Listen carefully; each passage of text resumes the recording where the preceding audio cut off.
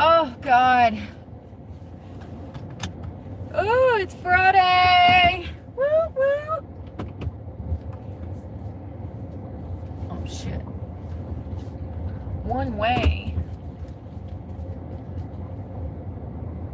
Oh, it didn't even clock my workout. Damn. It's alright. It did not clock my workout. I've been in the gym. Oh, hold on.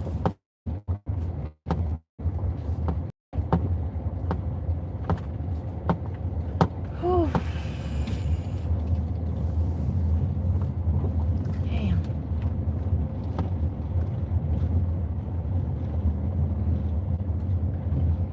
You know what's crazy to me is sometimes I forget that I've like worked really hard to lose 80 pounds. And I look in the mirror and I'm like, who's that? Like sometimes I'm still shocked by the changes I've made, you know? It's sometimes still shocking. It's like, whoa, wait a minute. Body dysmorphia really messes with your mind. It really does. You be waking up feeling like Shamu, and then you take a glance in the mirror. Sometimes you feel good and sometimes you don't. That's the exciting part of body dysmorphia. What is this? Yeah, when I was filming content this morning, when I was doing those snatches, I couldn't leave my upper body. I'm just like, whoa. That's not me. It's crazy.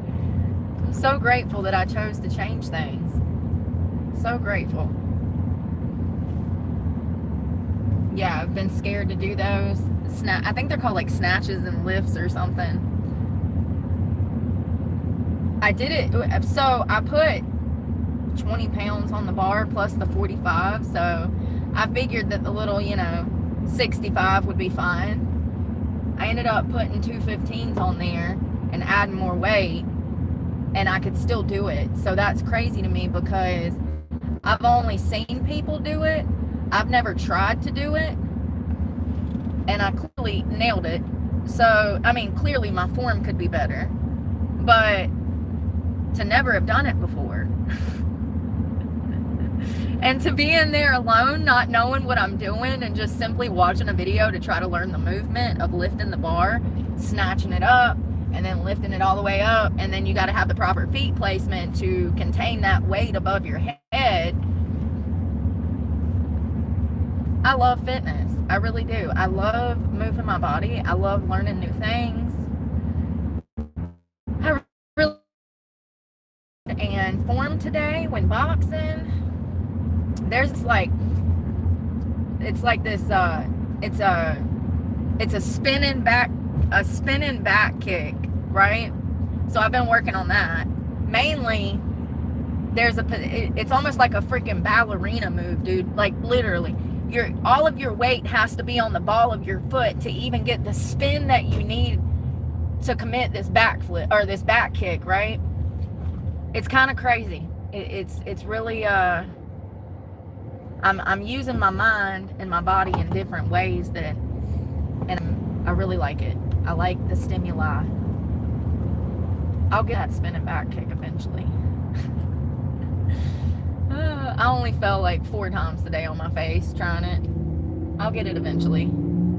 So yeah, I really focused on my guard, my combos, my feet placement, and protecting my head today. The more you do something, the better you're gonna get.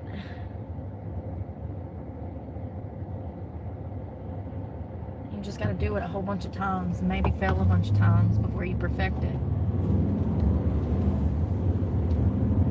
I'm kind of hungry, but I'm kind of not. I need to eat, but I don't know what I want. You know what I mean? Ooh, vicious cycle of hunger. Ooh.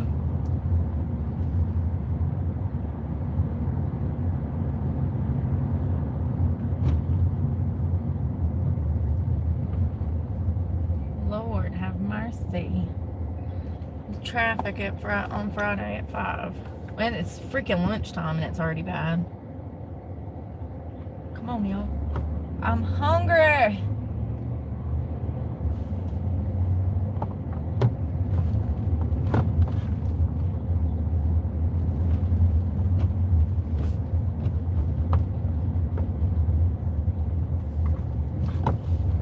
Oh, they're starting to set up the tents for fireworks.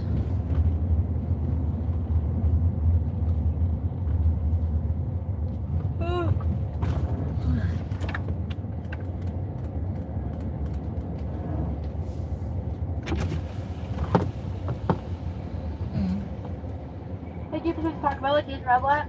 No. Can I do your... I'm sorry, I don't know what I want. Can you hear me? Yes, ma'am. Can I do your double stack taco? Yes, ma'am. And that's gonna be it.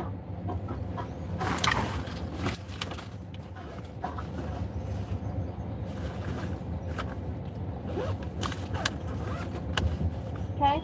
Thank you. Oh shit. I thought I had some cash. I do. I got $6.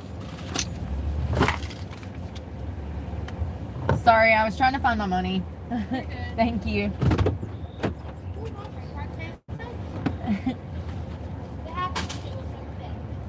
I can't never find nothing. Like, I'm going to search for my work shirt. Where is that?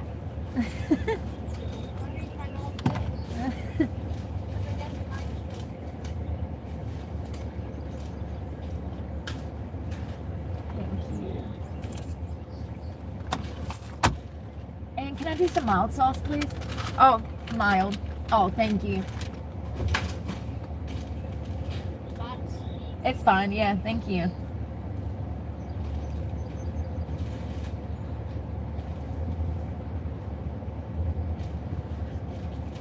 I hope you have a great one. I will. Awesome. Oh, they were nice. Oh, they give me a bunch of sauce too. Hell yeah, thanks. Thank you. You the best. How you know? How you know? How you... You can't even see the pile. It's a full pile. Hold on. They said, you want a lot? I said, sure. Look at this.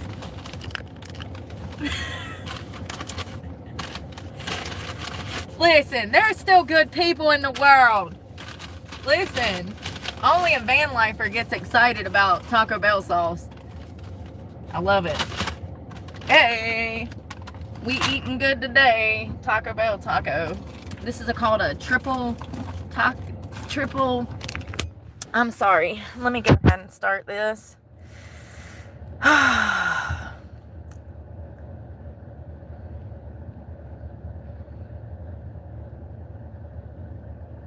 Some of y'all are really mentally unstable and it shows. I hope that one day you start to love yourself. I really do. That's my wish, for people to love themselves. So there's rules on this channel. I understand that most channels don't have rules because the world doesn't. No retracted messages, anything sexually harassing me, you'll be blocked. Anyone being disrespectful, you'll be blocked. Anyone flooding the chat, not talking about anything of importance, will be blocked. If you have cartoon picture as your character, as your profile picture, that might lead to you being blocked. It's ridiculous. So I see taco meat, a crunchy shell. This looks really good.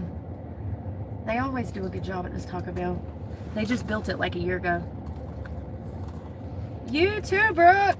I hope you're having a great day. I'm sitting here waiting for them to repo my truck. Same shit as yesterday. Alright.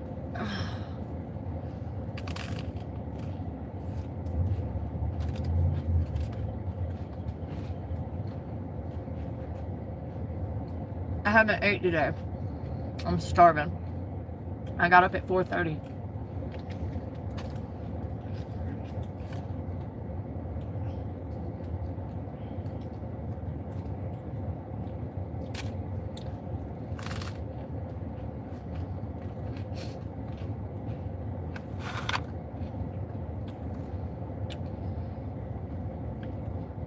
Messy girl.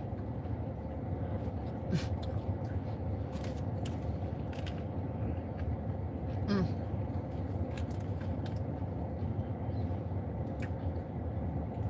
There's like cheese in between the hard and the soft shell. And then there's like these little crunchy pieces inside of the taco. It's really good. Mm.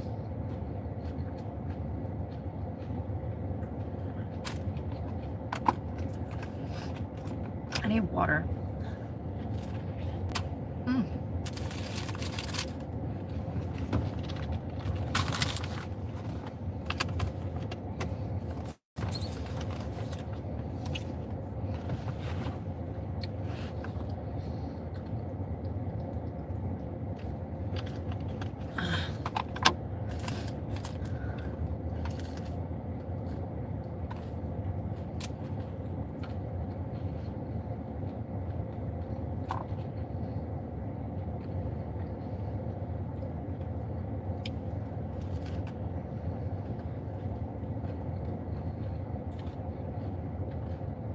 So I've decided that I'm going to be in the woods.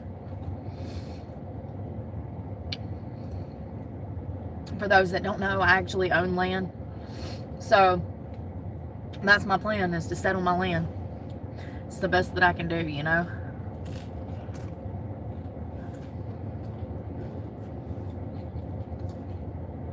It's the best that I can do. There's no resources here, so without a vehicle, I'll literally end up dead.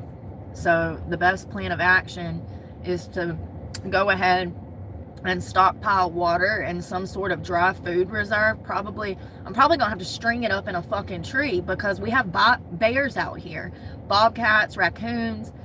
So anything that is food, if it's on the ground, it'll be destroyed and eaten by animals. So yeah, my water supply will be fine on the ground, but my food won't.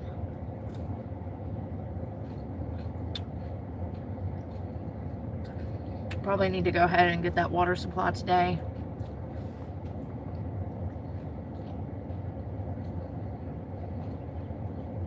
I think I've got like 12 or 20 bucks on a card. That's enough to buy a few cases of water and go ahead and tuck them away in the woods for when they take my truck. At the very least, I'll have water. And food. Noodles, rice.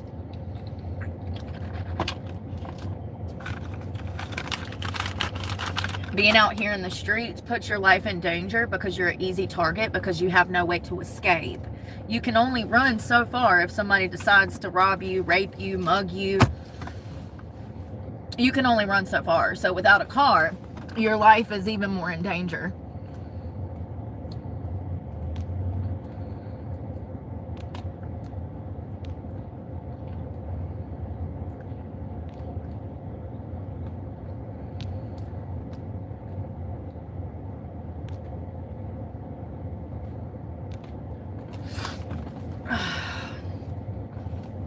I wonder what he would want for the Yukon.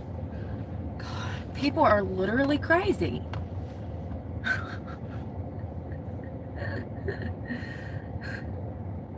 Evil. People are evil. Self-motivated and evil. That is a fact.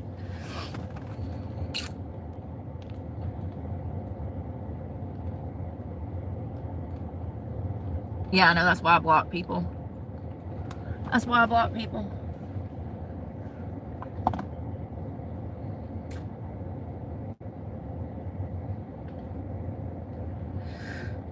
What's going on in the world? I haven't had a chance. I've been busy with schoolwork. I had 5 hours this morning plus a test, which is why I was up super fucking early. Let's see what's going on in the world.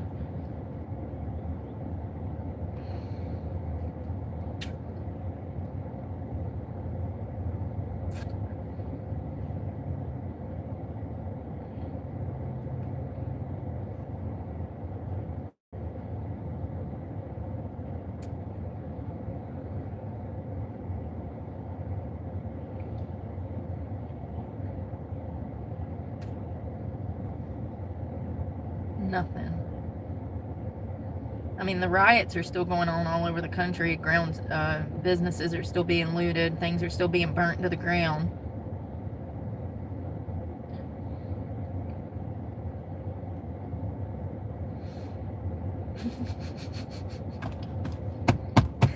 You don't fucking say. 3 million gallons of toxic sewage spills into the Florida water. I just love that I'm always ahead of the fucking curve.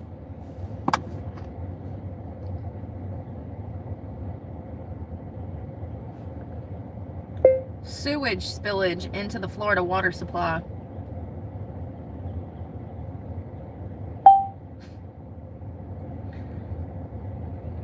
Yeah. A significant sewer main break in Palm Bay, Florida, resulted in a substantial sewage spillage into local waterways. The Turkey Creek, over 3 million gallons of shit, led to an environmental cleanup efforts and water quality testing.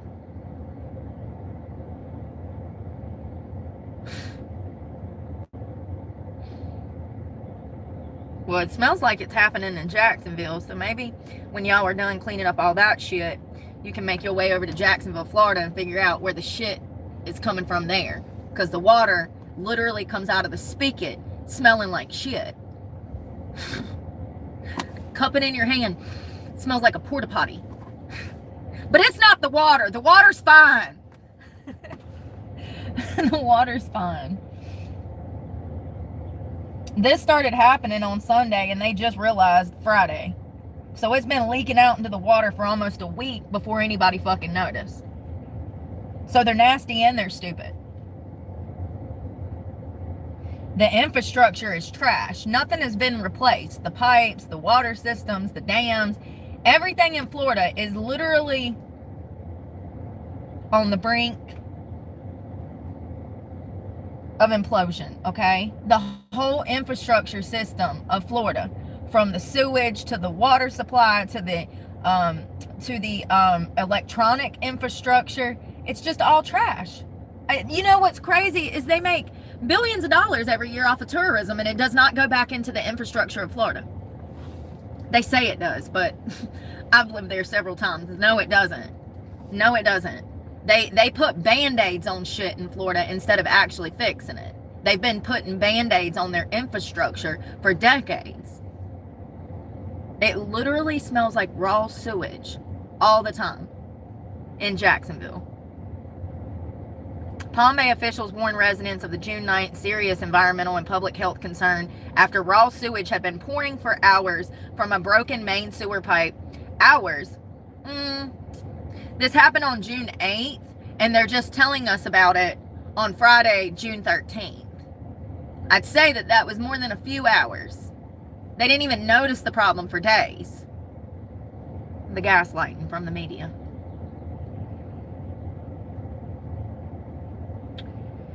So it was a sewer main that broke. Fish started showing up dead. It killed all the fish.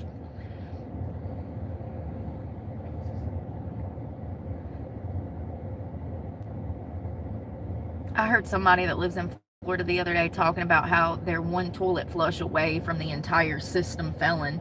So this is actually, I guess, like a known Florida thing.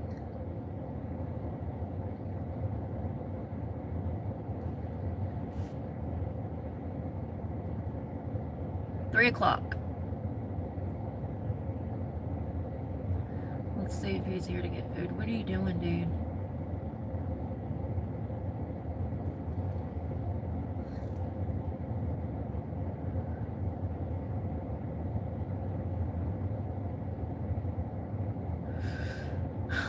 It's exhausting. It's every fucking day. Every fucking day. I mean, I can't even go get a taco and start my little chatting without some pervert pulling up. I got a pervert right here. No purpose.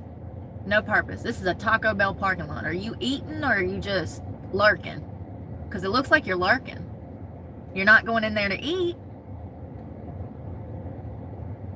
He knows I'm looking at him too because he's got his hands up covering his face. Lurking, lurking.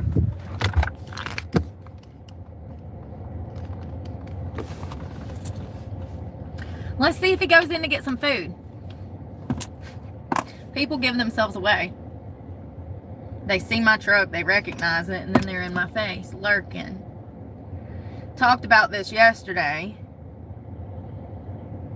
It's called voyeurism. They just want to pull up and see what you're doing. They want to look through your car windows and just watch you talk to the camera. So weird. Let's see. Maybe he's on his lunch break and he's going to get out of the car and go in there and eat, right? It's lunchtime. Maybe he's going to go in there and eat.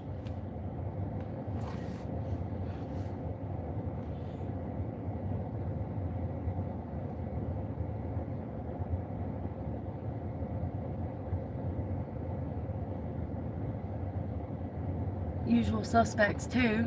White male, mid 40s to 50s to 60s to 70s to 80s. White male being the key point here.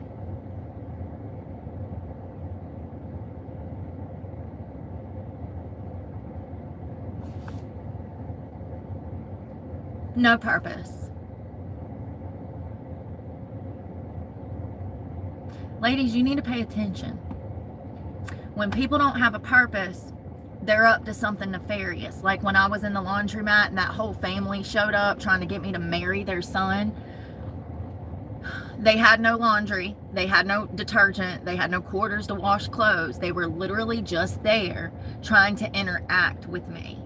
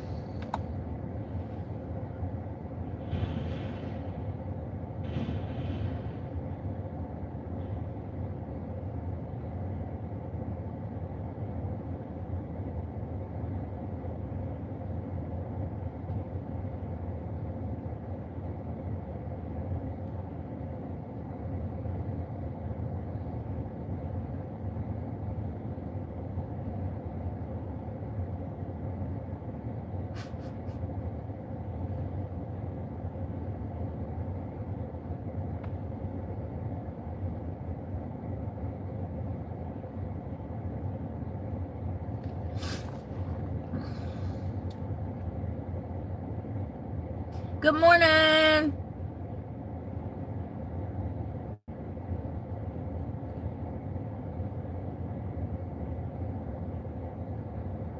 I have these interactions happen on a daily basis. I'm an easy target because I live out of my car. So they think that they're entitled to having an interaction with me because I am exposed to the worst kinds of people in society. This motherfucker recognized my car, pulled up, and is sitting here watching me on live. With no purpose. Oh, now he's pulling off. Let's get his tag. What did I fucking tell you? FHT 4637. Fucking weirdo. Oh, now you're going to go through the drive-thru. Now you're going to go through the drive-thru. You've been sitting here fucking watching me. I was watching him, watching the fucking phone. They give themselves away. Fucking pull up being creepy. Creep. Usually, if I'm not on live, they'll actually hop out and try to get me to roll my windows down. Creeps. Usual suspect.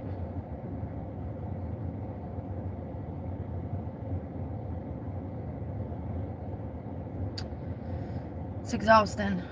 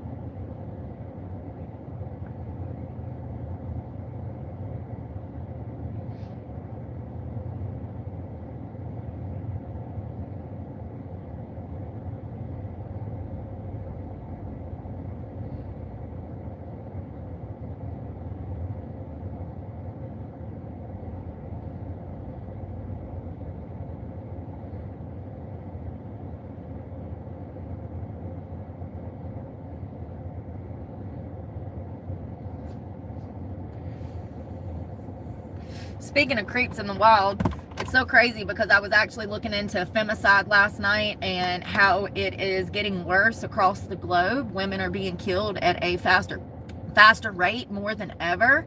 It's called femicide. It's when men specifically kill women because they're not happy with them fucking selves. This is a massive epidemic, specifically for social media content creators. There was a girl named Sana Yosef.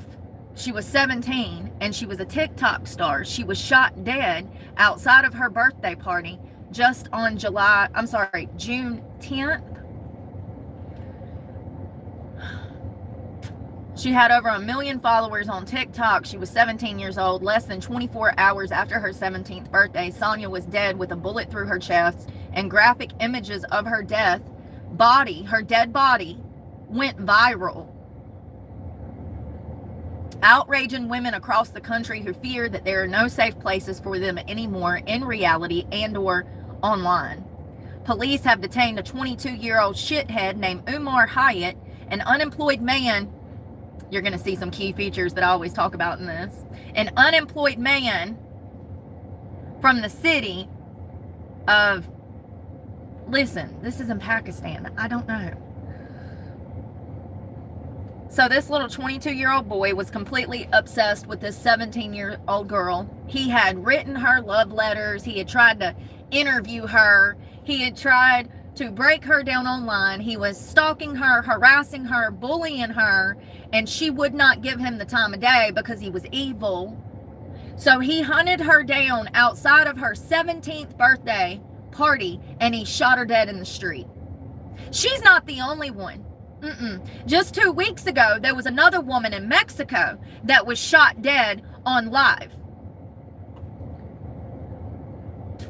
Let's talk about Sonia for a minute because, and I hope I'm saying that right, it's S-A-N-A, Sonia?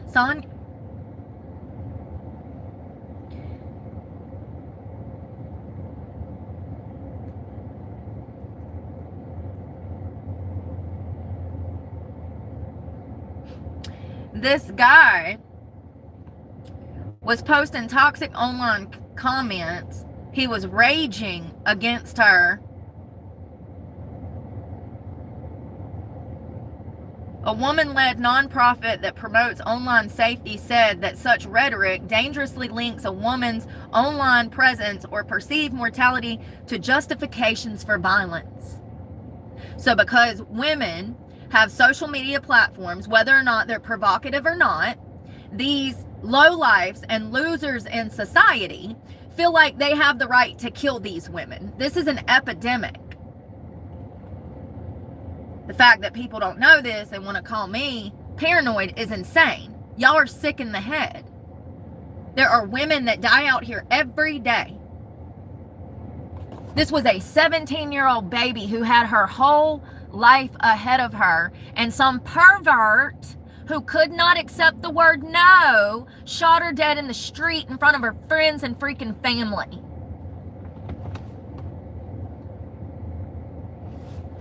Everything to be jealous of. She was everything that society is not. They wanted to destroy her and kill her because she was better than them. Look at that. You know what made her better than them? She would never be as evil as they are. That's what sets her apart from the type of people that killed her.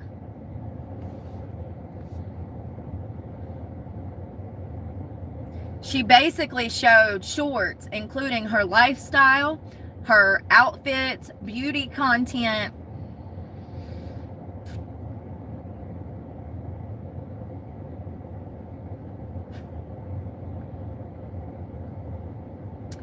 there is a friend of hers there was a journalist who was a grown adult, and this journalist said on the fact, I've also been stalked online, and I become fearful when my stalkers started to send me mugs and mounted photos to my office. I am just one example among millions of women from all walks of life. Most don't have the privilege or social safety nets to protect themselves. This is a journalist who is saying that through her job, she is stalked online, and that she has stalkers that send her gifts in the mail to her office.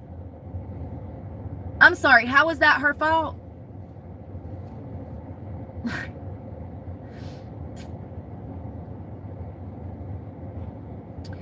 It's an identity crisis. A subset of men is reacting with anxiety and aggression to this shift in gender dynamic, as though the solution is to shrink women's spaces rather than question why so many boys are being raised to feel threatened by equality.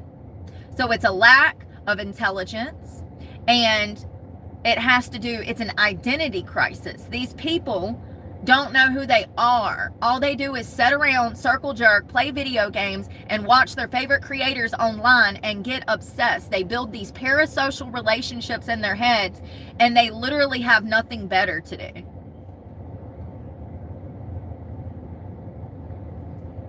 Since 2017, a helpline has documented over 20,000 cases of technology-facilitated gender-based violence and online threats. Numbers have only grown.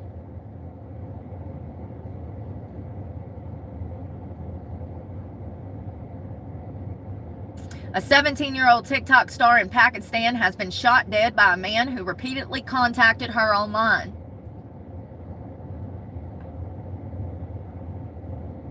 She was killed at her home. He hunted her down to her house and shot her. She was killed at her home. Oh, but this shit is just harmless, right? It's just harmless.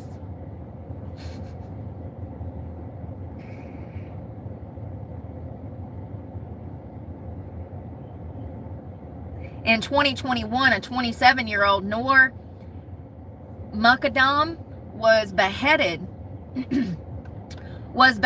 by her Pakistan-American boyfriend, Zahar Jafar, after she rejected his marriage proposal in a case that sparked widespread anger. And, you know, I ran across this other case as I was digging into this. There was actually a TikTok star whose father had to shoot and kill some stalker. This was like a year ago. A TikTok star whose father killed an armed teen who broke into their house is set to testify against a former classmate and her family. Her family says was also stalking her. Her name was Ava. She's from New Jersey, and she had over 1 million followers on her social media page. And her father shot and killed a stalker that was outside of their Florida home. This kid was trying to break through the door to kidnap and God knows what to Ava, and the father had to defend his daughter by shooting and killing this perpetrator.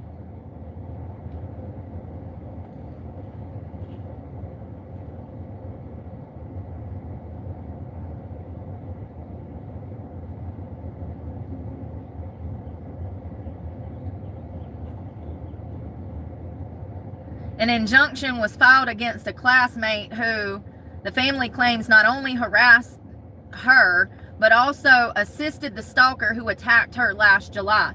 So it sounds like one of her classmates was in on giving information to her stalker as to how to find this child. And this stalker was able to locate her. And there's actually, I think, a police call or either surveillance footage of this stalker trying to break in this girl's house, and the father shoots and kills the guy. The family alleges that the classmate provided personal information about their daughter's whereabouts, even helping the shooter plan the crime and possibly kidnap or murder her.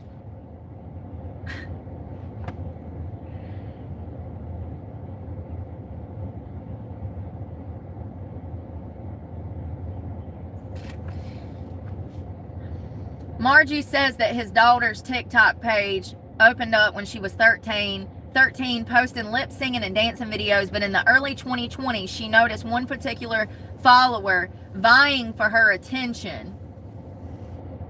I started seeing some comments that were a bit creepy for a 13-year-old to be getting, so I had him blocked.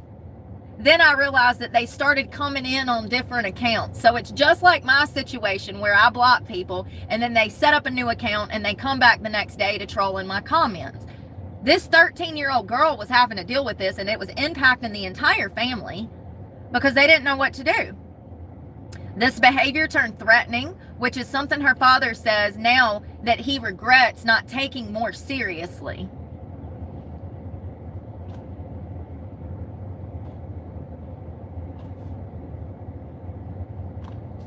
On the morning of July 10th, 2021, the follower showed up at the doorstep of the family's home and fired his shotgun, blowing open their front door.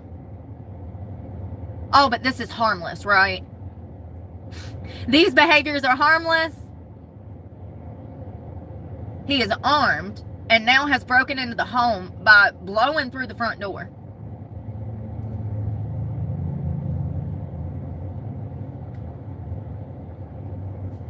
When the sound went off, we knew what it was when we heard the loud boom. I actually thought my daughter was dead in that moment.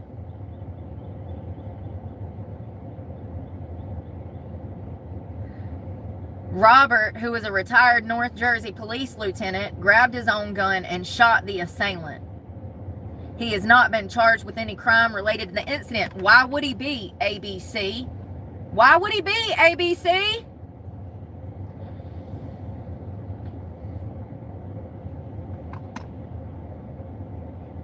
The stalking and harassment got so bad, the conduct was so bad that they had to pull this child out of school and homeschool her because society could not deal with the fact that she had blew up on TikTok, and they felt entitled to trying to harm her because of her success and her own hard work.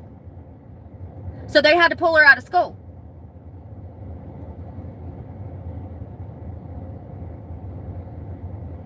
Mexican beauty influencer shot dead during a TikTok live stream. This was 2 weeks ago, I do believe.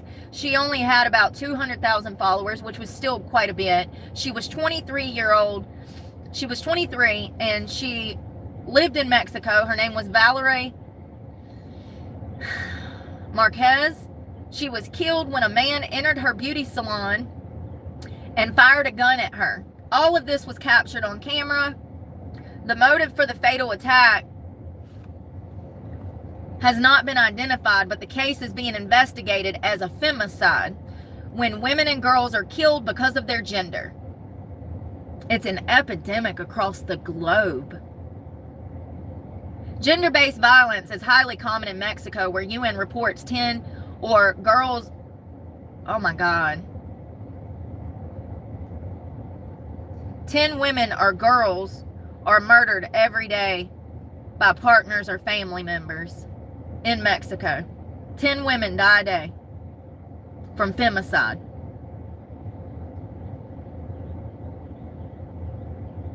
Moments before her death, she was sitting at a table holding a stuffed animal at her beauty salon in the suburbs doing a live stream. Seconds later, she was shot dead, with the footage only ending when another person picks up her phone to stop the recording. Local media report says that she was killed by a man pretending to bring her a gift. You don't need everybody's gifts or help.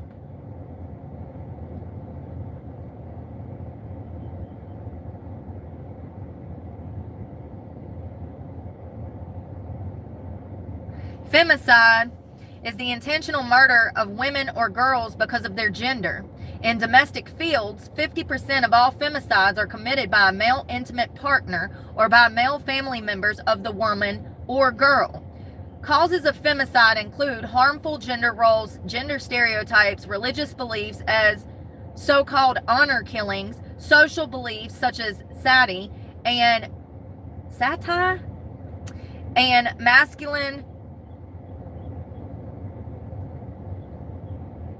that perpetuates the unequal power between men and women. So they got little dick syndrome. Their egos are fragile.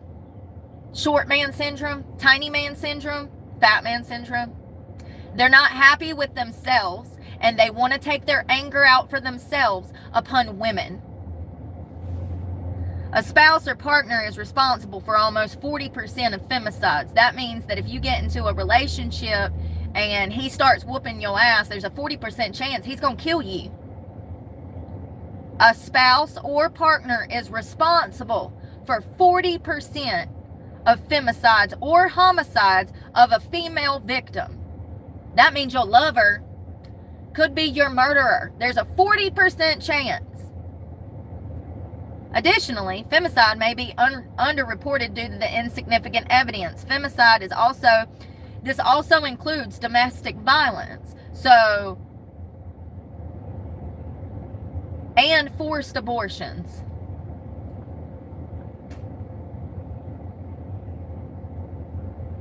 In China, femicide occurs as sex-selective abortions, while other cultures use gender-selective infanticide and gericide to perform femicide. Hold on one second. Oh, I can't do that.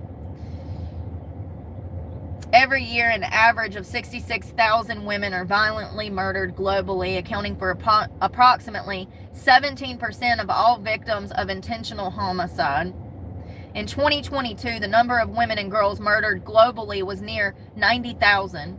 According to a 2000 report from the UN Population Fund, approximately 5,000 women are murdered every year just in honor killings alone.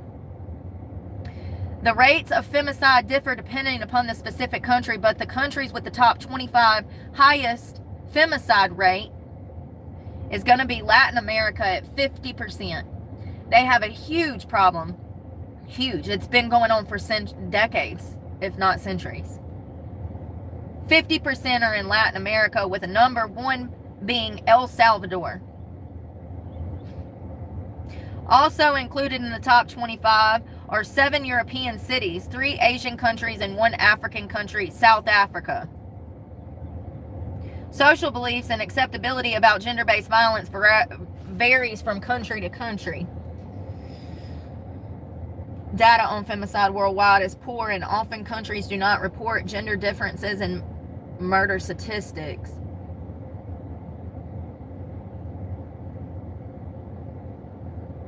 Several studies highlight that femicide, the killing of women and girls, disproportionately affects women of color, particularly black and indigenous women in the United States. Higher rates for black and indigenous women. Men are murdering black women and girls at a rate almost 3 times higher than white women.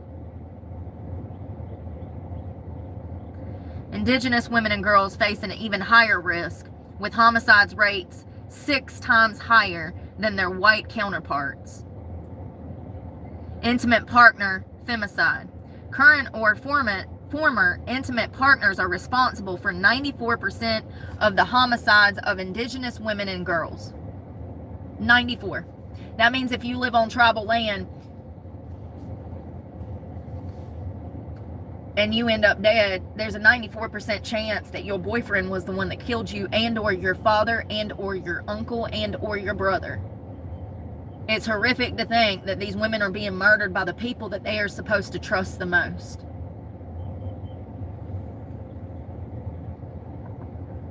Research indicates that over half of female homicides, for which circumstances are known, are intimate partner violence related, and a large percentage of intimate partner violence related homicides are perpetuated by male suspects. In 2020, black women in the Northeast were 3 times more likely, and black women in the Midwest were more than 6 times more likely to be killed by a firearm compared to their white counterparts.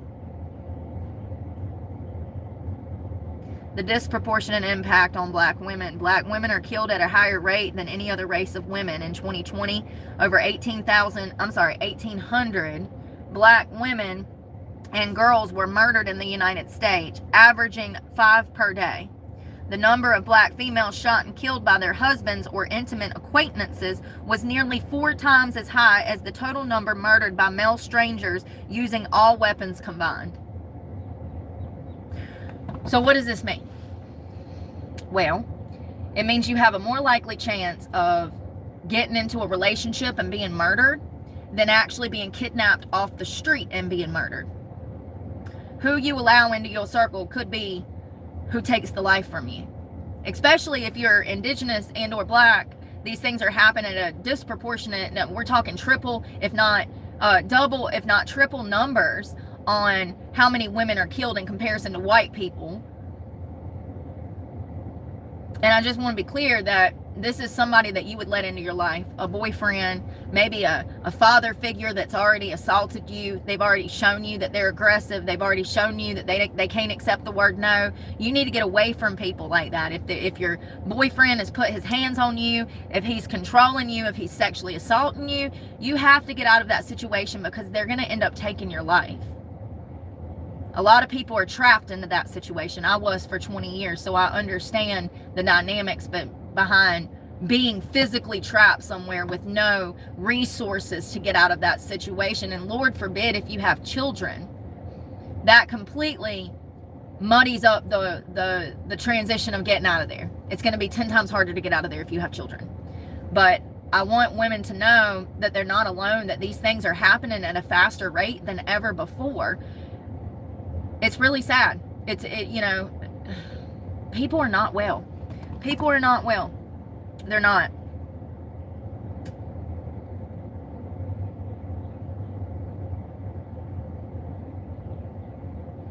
They are not well at all.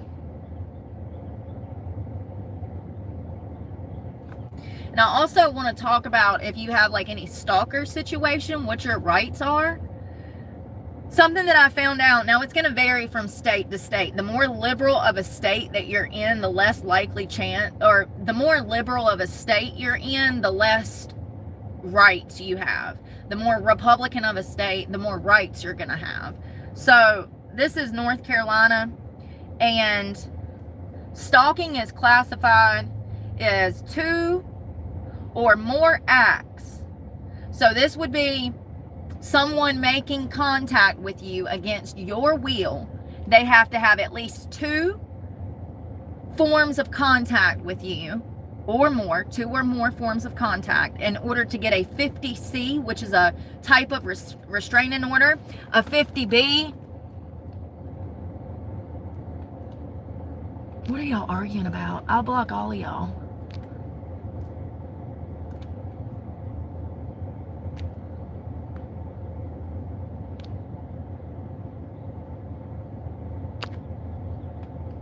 Y'all are really deranged.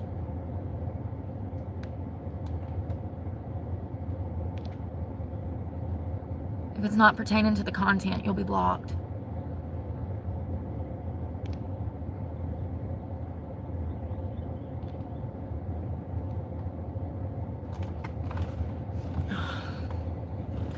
Hello, hello. So it's going to be 2 or more forms of contact. That means that if you're like me and you have a social media page, let's say you got a Facebook, and some creep contacts you on Facebook and sends you this long message professing his love for you. And then let's say you go to Walmart the next day and there that motherfucker is, and you've done told him when he sent you the message, you say, please do not contact me. I am not interested. And you block him. Well, then you go to Walmart the next day and he's chasing you around the Walmart parking lot, just trying to creep and see what you're doing. That's 2 instances. He's already made contact with you. At that point, you can go take out a 50C, which is a restraining order. A 50B would be for somebody that you know. A 50C is in place for somebody you don't know. Now, let me read some of this. Hold on. 2 or more acts, including but not limited to acts in which the stalker directly or indirectly, like following you around a parking lot 4 separate times, where they directly or indirectly or through third parties by an action, method, device, or means, device, keyword, device. They're talking about social media as well. Pay attention to these words. Method, device, and means in the presence of or follows, monitors, or observes, surveils, threatens, or communicates to or about a person. So the law is actually very clear. We have laws on the books to protect women against this shit. It's just that the law enforcement agencies are so stupid and defunded that they don't know how to arrest people for this. These cops, they're not getting the level of education that they need. They don't even know the law. They claim that they do, but yet they violate my civil rights on a daily basis when they harass me. So clearly they don't know the law, or things would be different out here. They go through an academy. It takes less than a fucking year, right out of year. And then they're put into a police cruiser and they're out here on the fucking beat. That's it. They get no training in actual law. They don't even know half of the laws. I saw some police officer being trained the other day, and his sergeant walks up to him and hands him a card so that he can read somebody that they were detaining their rights. He had to read off of a card, you have the right to remain silent. Anything you say can and will be used against you. And listen, I've heard it so many times, I know half of it. So you see what I'm saying? Like, they're being trained by their higher ups, but there's no education involved. They're not being trained on the laws and how to use them to their benefit to help the civilians. This is very clear.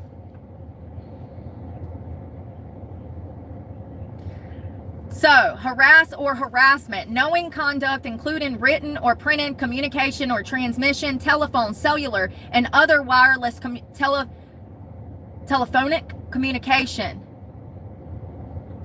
It can be anything from pager messages, God, that's how long ago this was written? I guess so. To computer messages, to electronic mail. Oh God, she looked like she's on drugs. God, they look so rough. That's a cop. Look when she gets out. She looks rough as fuck. What the fuck? Y'all, I swear to God, it's crazy out here. That bitch looks like she was on a bender all fucking night.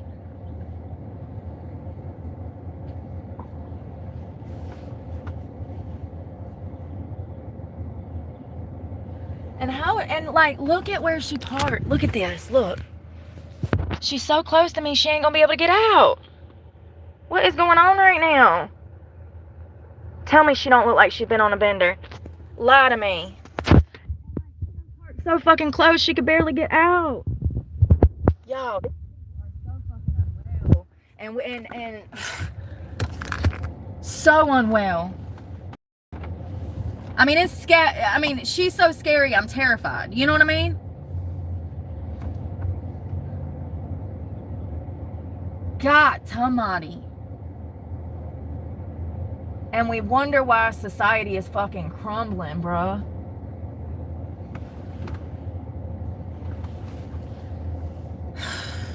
Anyways, we won't be asking her for help ever. She looks like she needs help her fucking self.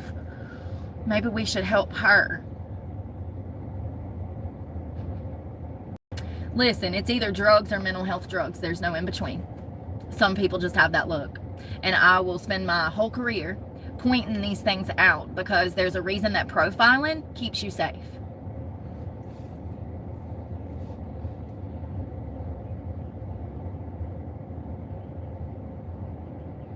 Crazy. Why she look like that?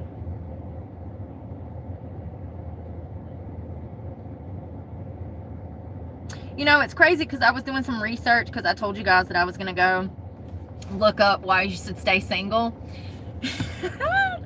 Listen to this. Being single for a long time can have a positive mental health outcome, such as increased self-discovery, personal growth, and the freedom to pursue individual interests and goals. Staying single allows individuals to dive deeper into understanding their own desires, values, aspirations, fostering a stronger sense of self-awareness. It also can lead to, it says, being single can lead to improved mental and emotional health.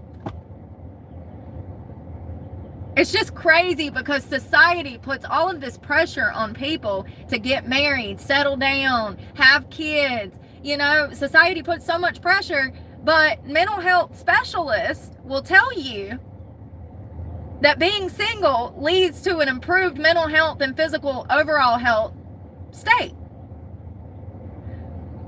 You know, the dating apps and the social media platforms and the swiping has led people to losing the important parts of a relationship. It's about connection, bond, and it's supposed to be healthy. It's not healthy when you're getting it off of Tinder. It's not healthy when you're meeting somebody off Facebook. That is not healthy. That is detrimental to your mental health. And studies show that you're better off single. Many single individuals have a stronger sense of self and a clear understanding of what they want in a partner. They're not willing to compromise their values and standards just to be in a relationship. Ding, ding, ding. There we go. Stop being desperate. You don't need nobody. You need to learn how to love yourself. And once you do, you're going to know it because you're not going to want anybody. And there's like a psychological reason for this too, which is wild. Being single often gets a bad rap. Society constantly bombards us with the message that happiness lies in finding the one. We're conditioned to believe that our life begins once we jump into a relationship, and until the end, we're just waiting around. But what if I told you that being single, truly embracing your solitude, could be one of the most transformative experiences of your life? Yes, thank you, Jesus. Preach it. I'm not talking about enduring singlehood as if it's something to suffer through. I'm talking about learning to thrive in it, to see this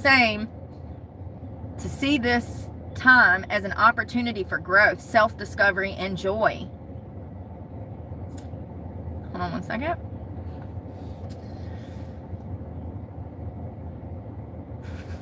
That used to be me though. Listen, some of y'all have said, I've heard some of y'all say before, oh no, like I have to be around people. I can't stand to be alone. Blah, blah, blah, blah, blah. It says, the first step to embracing solitude is changing the way you think about it. Most people see being alone as something to fix, a sign that they're missing out on something or something is wrong with them. But being alone does not mean you're lonely, and it certainly doesn't mean that you're incomplete. Solitude is an opportunity, a blank slate where you get to write the next chapter of your life without distractions. So if you wanted to practice not needing others to not feel alone and practice solitude, you would start by reframing the way you talk about being single. Y'all know when people ask me why I'm single, I talk about how I'm taking time for me. I'm always like, oh, I'm focused on me right now. Instead of saying I'm single, you would say, I'm focused on myself right now. If people are like, oh, why don't you have a girlfriend? Why don't you have a boyfriend? Blah, blah, blah, blah, blah. You simply say, mind your business, Karen. I'm focused on myself, as you should be. I don't care if it's your mama or your grandma. You say it just like that. It's not disrespectful. They overstepping their boundaries by trying to con you into a relationship that could be detrimental to your well-being. I've had so many people do this to me. I have so many men that drop in my comment section trying to rope me in to move in with them and come meet them, and it's crazy. It's crazy. Stop listening to society. The next time somebody asks you why you're single, own it. Own it. Instead of treating it like it's a phase you're waiting to escape, treat it as a conscious choice to focus on yourself and grow. One of the greatest benefits of being single is that it gives you time and space to reconnect with who you are. I've talked about this time and time again since the start of this channel. It is important that you have your own hobbies, your own interests, things that you like. That is what makes you you. Otherwise, you're just copying somebody else. So in relationships, we often lose sight of our own needs, desires, and passions. I've been in this situation before where I got in a relationship with somebody, and then fast forward 2 years, I don't even know who I am anymore. The relationship completely ruined my self-identity But that was because I was trying to fill a void with this person, and I was putting so much weight into what they thought about me that I was changing myself to fit the image of who they wanted or who I knew they wanted. That is horrible. That is a recipe for disaster. People should love you unconditionally, you for you, maybe not unconditionally. We'll get down that road 5 years from now. But people should love you for you. It's very simple-minded and immature. It's an immature way to think. So attraction, how can I say this? I think that only children and puppy love relationships base all of their weight on looks.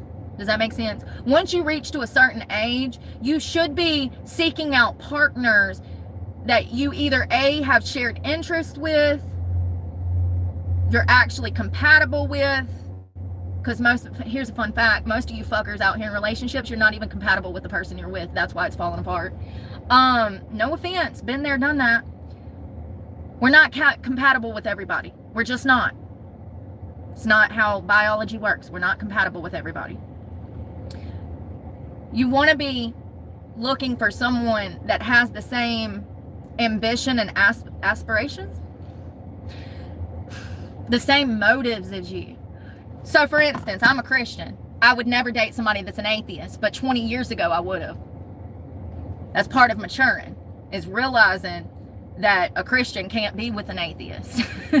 Like, it's not going to work. It's going to fall apart. You don't have shared interest. Your morals and values are not even the same. So of course it's going to crumble at the seams and things are going to implode because you don't even have the basic foundation and understand. And that's another thing. Someone who's atheist is not going to have the moral standing and the principles that a Christian would. So it's a recipe for disaster. But you should come to a point in maturity where you are guided not by attraction, but by logic. We get so wrapped up in the other person that we sometimes forget who we are outside of the relationship. Being single gives you the chance to rediscover those parts of yourself that you may have neglected. Therapists recommend to make a list of activities, hobbies, or interests that you used to love but may have put back on the back burner due to past relationships, whether it's painting, writing, hiking, traveling. Start incorporating those activities back into your life. This is your time to reconnect with the things that bring you joy without anyone else's influence or opinion. You want to focus on your personal growth when you're single. So this is like things that you should do while being single and like embracing being single and how to get the best benefits from being single. Being single is the perfect time to work on yourself, whether it's diving into therapy, developing new skills, or working on your mental and emotional health. This period of solitude gives you the opportunity to focus on becoming the best version of yourself. Relationships often distract us from doing the inner work, but being single allows you to fully commit to your own growth. Set specific therapist to-do lists. Set specific goals for your personal growth. Maybe it's working through old emotional wounds, improving your physical health, or learning a new skill you've always wanted to try. Whatever it is, make a plan to invest in yourself during this time. This isn't about being perfect for your next relationship. It's about becoming the most authentic and fulfilled version of yourself for you. I've got a hair or something that's tickling me.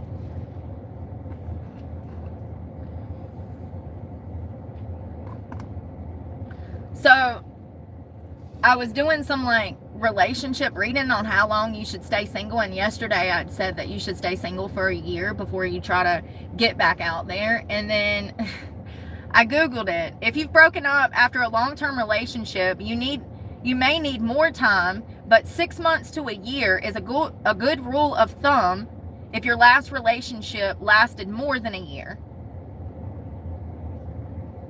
So they recommend to stay single for at least a year after your last relationship. Otherwise, it's going to be a rebound type of relationship, and rebound relationships can actually prevent growth and lead to mental stagnation.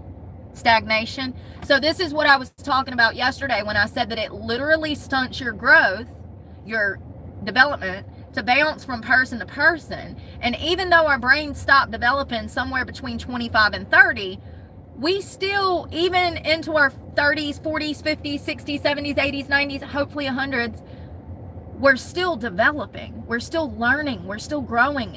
And really, those late years are where we're getting most of our wisdom from. It's from the failures from our earlier years. And so I'm going to go out on a limb and say that we're always developing. We should be psychologically, but if you're bouncing from relationship to relationship and then you're getting re-victimized or you're being toxic and you just go from relationship to relationship, what really happens is you get stuck in a mental state that is years younger than where you should be developmentally. So let's say that you move out of your mom and daddy's house and you move in with your first boyfriend at 18, and by 30 years old you done had 4 or 5 boyfriends and you've done bounced around. Even though you're at 30, unfortunately, maturity wise, you're still at 18 because you've been going through traumatic events, arguing, toxicity, potentially domestic violence, potentially instability in the home. You're bouncing around. It's not good, and it stunts your growth psychologically. And that's what this says. And it's specifically about rebound relationships, which I found interesting. It says rebound relationships can actually prevent growth and lead to stagnation. You may not truly process your past relationship or breakup and miss the opportunity for personal growth that is tied to experiencing those negative emotions. So many people run from their damn emotions nowadays. You know, it's crazy. It's crazy because over 60% of people operate on nothing but emotion, but yet they run from emotion. You make all your decision-making skills. You make all your decisions based off of your feelings, and then you spend the rest of your time running from your feelings.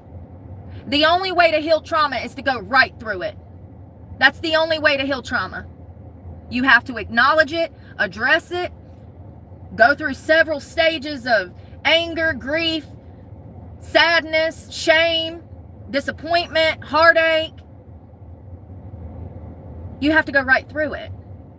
There's no other way to handle trauma than to confront it, fight it, and survive it. When you jump from relationship to relationship, you're not having time to process all of that. And so you're not learning from the situation you've been through. And you're definitely not processing it to heal from it. You're sweeping it under the rug and you're ignoring it. You're stuffing it in the closet with your other skeletons and you're ignoring it. That's going to take a huge impact on you and the way that you're treating others in your future relationships, and also the standards you set for yourself, and also the way that you allow people to treat you. Negative emotions are essential for personal growth. I would not be here today if I was not able to accept or say I failed in my duties as a mother. That's personal growth. To say I fucked up, I got to change this, I need to make some changes so this don't happen again. You know what I mean? A lot of people ignore that bullshit though. And then they jump into another relationship, and then that relationship is even more psychologically detrimental to them than the previous relationship, and then it starts to snowball. Negative emotions are essential for healing. Jumping from relationship to relationship can prevent personal growth and lead to emotional instability. It can also cause hurt and disappointment for both the person jumping and their new partners, as they may be unable to connect deeply to the emotional baggage or lack of commitment. First of all, trust and loyalty is earned. It is not given. Respect is given because common decency, and that's how we should give respect to everybody that we come in contact with until they're disrespectful and then rip their head off. No, I'm joking. I'm joking. I'm joking. Don't do what I do. And I don't do that anymore. But respect should be given, but loyalty and trust, those are earned. So how can I say this? Honesty and respect should always be given, but loyalty and trust are earned. There we go. And it takes time. It takes time. I see so many people, and I used to be the same way. I've jumped in. My daughter's father, I knew him for like 2 months. Okay. Met him on a dating app. This was over 10 years ago. But I've been there. That's why I talk about these things, because I remember how I thought we were going to have this happy life, and then shit went down the drain real quick. I think that dating apps are the devil. You can't build connections with the way you can't build connections with people the way that you're supposed to make them meaningful. The hotter it flames up, the hotter it's going to burn out. So here are some more details to look at. Hold on one second. All studies show, when we're talking about like statistics on this stuff, statistically speaking, dating apps are the worst thing that you can do for your mental health. And also statistically speaking, staying single for periods of time has shown huge benefits on mental health and the overall health of humans. So so dating apps are horrible, and for personal development and growth, being single and taking a break after a breakup is essential for the best possible mental health outcome.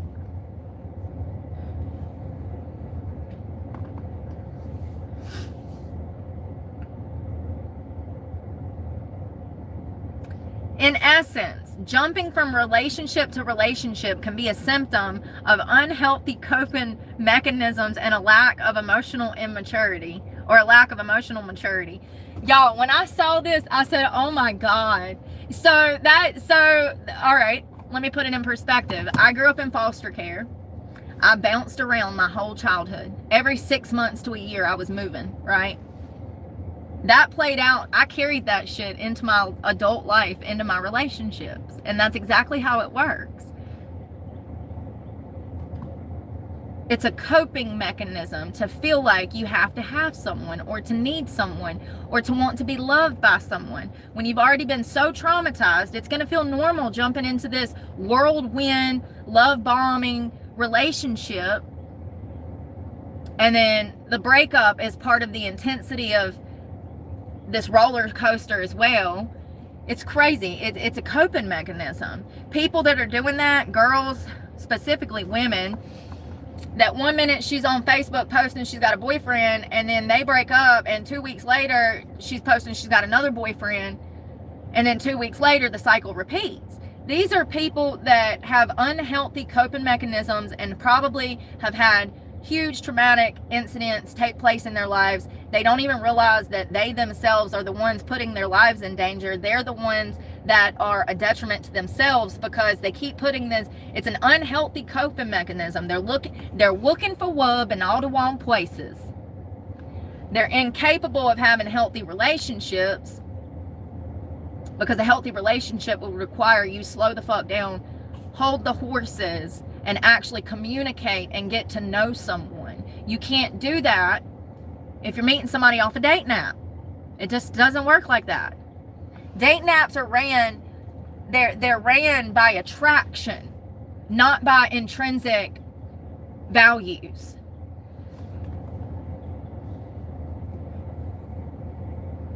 It's important to prioritize self-reflection, healing from past relationships, and building a strong foundation for future relationships. And this does not just apply to dating women or men. This applies to all relationships. That's family, that's, anyone. This is the way that a relationship should start. Slow and steady with clear communication.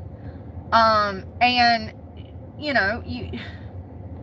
see so many, and I used to be the same way. I see so many women that force themselves into a relationship and they're like, oh, he has potential. Girl, no. Stop trying to make something out of nothing. Stop trying to force. Stop trying to make that girl in your mind something she is not. I see, and I used to do the same thing. I would overlook serious issues. For instance, since we're talking about my daughter's father, not a bad guy. He's not a bad guy. He's just a product of his environment. He's been through a lot. Both of my children's fathers had it probably just as bad as me growing up. When I met him, he had a clear alcohol problem that I thought that I could reform, you know? I should have never been messing with dating apps at all. I should have been focused on myself. I do not regret my children. I'm not saying that. I don't regret I don't regret a lot of things, because people make mistakes and this is what they call life. But looking back, it's very clear that I thought that I could get that situation under a wrap. I thought that my presence would be enough for him to quit drinking and committing crimes. The lie detector determined I was wrong and that was a lie. And nothing I could do would ever change this behavior, because that's just who he was and that's who he was choosing to be. Stop trying to force things when people have already shown you who they are. You're just putting your life in danger, and you're putting your happiness in danger. If anyone would lie to you, cheat on you, use drugs behind your back, steal from you, betray your trust, that's not the way that you should be treated. You deserve better than that. Nobody deserves to be treated. There's certain things that people do in life that you don't need to overlook, and I just listed a few of them. Those are absolute grounds to walk away from a relationship. Otherwise, you're just going to make excuses. They're going to gaslight you, and then you'll start to believe what they're saying. Like, you saw what your eyes saw, but he's saying that it didn't go down like that. And so you're just going to accept the excuses of their actions in order to stay committed in this relationship. And it's sad. There's so many people out here, so many good men, so many good women. You do not have to allow yourself to be degraded just to have somebody who don't even appreciate you. Like, it's so counterproductive to be with somebody that don't appreciate you. And I'm at a point in my life where if I give somebody my phone number and they hit me talking about some, you so pretty, I block them immediately. Let me tell you why. My looks are the least valuable thing that I own. My looks are the least valuable thing I own. What's in here, what's up here it's priceless. It's priceless. I do not deal with people that do not have the maturity to realize that. If I give you my number and then your one-track mind only has to talk about, oh, you look cute today, or oh, you were cute in that dress, or and that's another thing. Anything that alludes to sex, that's an automatic block. Like, that's an automatic block. But specifically, my looks, if they keep coming back to my looks, talking about how pretty I am or how soft my skin looks, like, easy, Hannibal Lecter. I have to block them, because I have so much to talk about. I get on here every day for hours at a time, and I always have something that's important to talk about. If I can't be with someone that values that in me, and we can't sit down and have these serious discussions about stuff that we're both interested in, you're not the one for me, bruh. You're not the one for me. Sorry. You know what I mean? And like, that's part of staying single and alone long enough to start realizing these things. Because without staying single for the past 4 years, I don't think I would have ever discovered this. And like I said, I used to feel like I needed people around me to feel whole. And now I don't feel whole unless I'm alone. It's a complete mindfuck, but it has to do with respecting and loving and valuing yourself. Only people who don't value themselves pass themselves around like their grandma's candy dish. It's a huge red flag. Huge red flag. When people are incapable of being committed and mature about these situations. It's a huge red flag. Yeah, I don't entertain that BS. So there's actually a name for this. It's called serial monogamy. Relationship hopping, also known as Relationship hopping, also known as relationship jumping or serial monogamy, is a pattern of quickly moving from one romantic relationship to another without significant time for personal reflection or emotional healing in between. This behavior is very negative and has negative consequences, hindering emotional stability, personal growth, and the ability to form meaningful connections. Relationship hoppers often experience negotiable gaps between relationships, and sometimes they even overlap. They tend to progress quickly in their relationships and prioritize their new partners over existing ones. They also recover from heartbreak with ease, almost like it never happened. They seek constant excitement and validation from their partners and become restless and bored when the initial spark fades. They avoid dealing with conflicts, challenges, or discomforts in their relationship, and instead of looking for an escape route or a better option. Some folks are terrified of being alone themselves. They feel like they need to be in a relationship to feel good about themselves and to be happy. And not to mention the society standards and the way that people are always in your ear, like you need a significant or a husband or whatever, the societal standards. This might come from having low self-esteem or from bad experiences in the past, like feeling abandoned when they were young. They might get super clingy in relationships because they can't stand being single, and they rush into new ones just to avoid the feeling of lonely. Damn.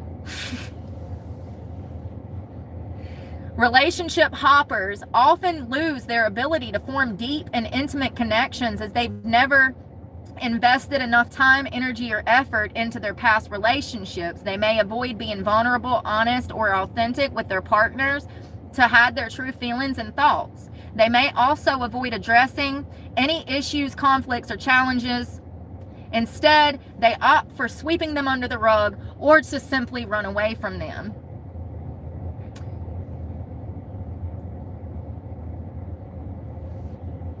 Relationship hoppers often lose their trust in themselves and others as they repeatedly break their own and their partner's hearts. They may feel guilt, ashamed, regretful of their actions, and doubt their own judgment and decisions. They may also feel, this was interesting because I was watching Teal Seal this morning. If you don't know who Teal Seal is, you should check her out. She is a relationship coach. Beautiful woman. She's been on the internet for over 10 years. She's helped so many people with her insight and her knowledge, right? She was talking about how beautiful women have a problem with jilted ex-lovers trying to harm them. This is crazy. Listen. They may also feel resentful, bitter, or angry towards the ex-partner and lash out at them. Teal was talking about this. The more prettier the woman, the more volatile response she gets from society and her ex-partner when a breakup goes down. More often than not, these men, her ex, will try to harm her because he is ashamed that he lost a beautiful woman. The most prized possession in humanity, the most prized possession is a beautiful woman. Men become violent and bitter and try to come after women when women break their heart. And we really see this with just specifically beautiful women. This is not all relationships. But if the woman is pretty by society standards, it's even worse. The more prettier she is, the more problems she has with jilted ex-lovers, they feel jilted, trying to come after her and implement harm in her life. Interesting. I've had my own personal experiences with this. So it's crazy that there's a reason for it. They may develop a negative and pessimistic view of love and relationships and become cynical and hopeless. Oh shit, now it's sounding like me. I don't hate men. I don't. I think I dislike women more than I dislike men. I've said that before. I genuinely identify more with men. And that's probably because masculinity is my toxic trait, and it's because it's a defense mechanism from living on the streets so long. So one day I'll fall back into my femininity era, but right now I'm not in my soft girl era. I'm in my hard girl era. But that's a defense mechanism. We see a lot of women that have been through abusive situations that are ultra masculine, specifically parts of the LGBTQ plus. You know, a lot of the women that are lesbians, if you sit down and have a one-on-one meeting with them and you ask them, were you ever assaulted as a child? They will tell you absolutely. It's sad. It's sad. That hard exterior is a response to a cold ass world. Sad. So the constant cycle of entering and exiting relationships can make it difficult to develop deep and lasting connections. I think we can all agree on that. It's pretty basic common sense. The emotional high and lows associated with dating can be particularly challenging for individuals with certain mental health conditions, like those with anxiety or depression. Frequent breakups can trigger intense feelings of sadness, rejection, loss, and can exacerbate existing mental health issues. So if you have mental health problems and then you get with somebody that's a narcissist and he completely ruins your self-identity, your self-esteem, and narcissistically abuses you for 2 years, and then you get out of a relationship with him and you jump into a new relationship with some other dude, I'll come visit you in the mental hospital. I will. But do you see what I'm saying? You took no time to comprehend what you just went through in that last relationship before you jumped into a new one. And you can't learn from your behavior and fix it. You can't tweak that behavior of falling back into that toxic pattern of allowing abuse if you don't escape it and you don't take time to heal from it and process it. And at the same time, you're supposed to be holding yourself to some level of awareness and realizing where you messed up too. Like, I've dated quite a few people that were probably certifiably narcissists, but even looking back on the relationship, I still see where I was problematic and I was wrong. I still see how the relationship completely broke down. You know what I mean? Like, you can date a narcissist and still be just as toxic as him and not be a narcissist. You know what I mean?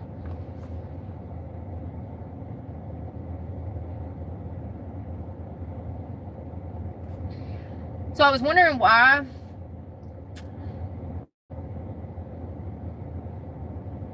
oh, this is so good. Yes. A pattern of dating many people can be a manifestation of fear or commitment or a need to avoid potentially emotional vulnerability. This can be detrimental to forming healthy, lasting relationships and can contribute to feelings of isolation and emptiness. Attachment styles is a huge... We've talked about attachment styles over here before. Attachment styles are formed with... Our attachment style is based off of the attachment that we had to our caregivers growing up. So if there's mommy issues, daddy issues, then your attachment style is going to be messed up because you never bonded or didn't have a healthy relationship with the people that were raising you. I have huge attachment issues because I suffered from RAD, reactive attachment disorder, when I was a child. So of course that's going to carry over into my adult life. My mother and my father never bonded with me, and so that causes attachment issues in my adult life. Insecure attachment styles, such as anxious attachment or avoidant attachment, can be intensified by a high volume dating life. Individuals with these attachment styles may struggle to form secure, trusting relationships and may repeatedly engage in patterns of seeking reassurance or avoiding intimacy, which can negatively impact their mental health. Sorry, I had Taco Bell.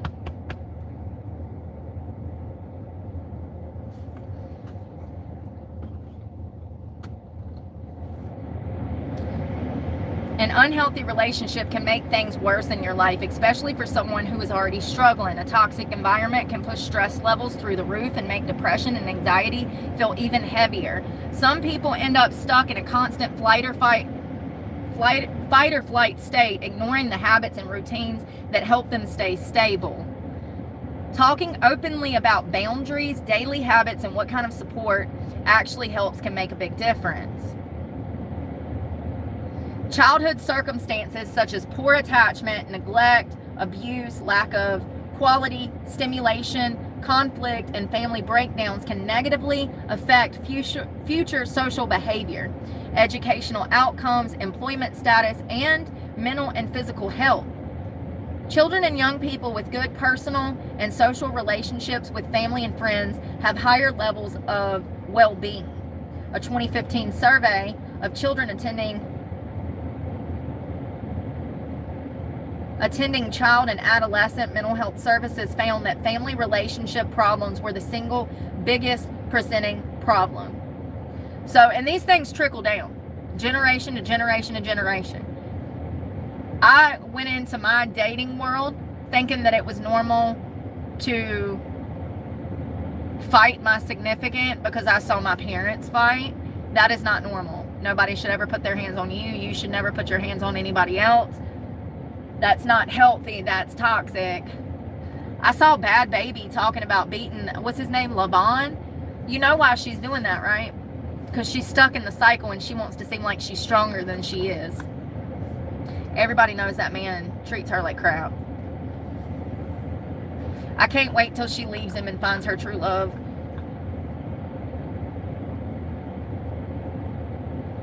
Preventative interventions with parents that focus on relationship as a couple can help to enhance children's well-being and reduce emotional and behavioral difficulties. Being happily married or in a stable relationship impacts positively on mental health. Research has found that high marital quality is associated with lower stress and less depression. So that means that if you do things the right way, it'll work out the right way. It's crazy. Yeah, so as I said, it is in your benefit to take a break, focus on yourself, process things you've been through, and then, you know, maybe in a year or so, start from scratch. But, you know, here's the thing, like fitness. Like, I got into fitness. I got back into fitness like 2 or 3 years ago. And I meet so many people in gyms and stuff now. That's the way you really want to meet people. You don't want to really be on dating apps, on Facebook. Like, I really think that people are just lonely and desperate, and so they fall for it. But you got to love yourself more than that and set the bar a little higher. Not unrealistic expectations, but loyalty, honesty, and faithfulness. Loyalty, honesty, and respect and faithfulness are literally the bare minimum. And most people don't even have those 4 things in their relationship. So, you got to set the bar. You got to set the bar.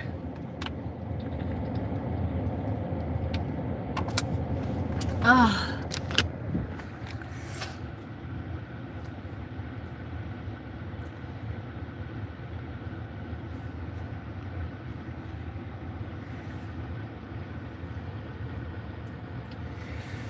I'm tired, y'all. It's been a long day already.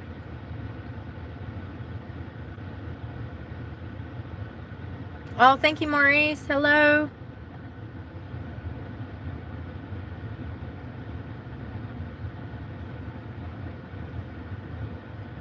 Oh, thank you.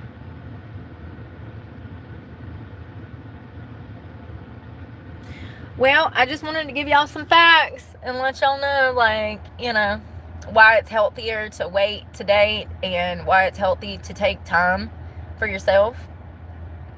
It really is. It's imperative. And I hope that y'all have a good day. I do. Hey, y'all. Bye, y'all. Pray for me. God knows I need to make my bed. Look at my pillow. Classy. Bye, y'all. Happy Friday.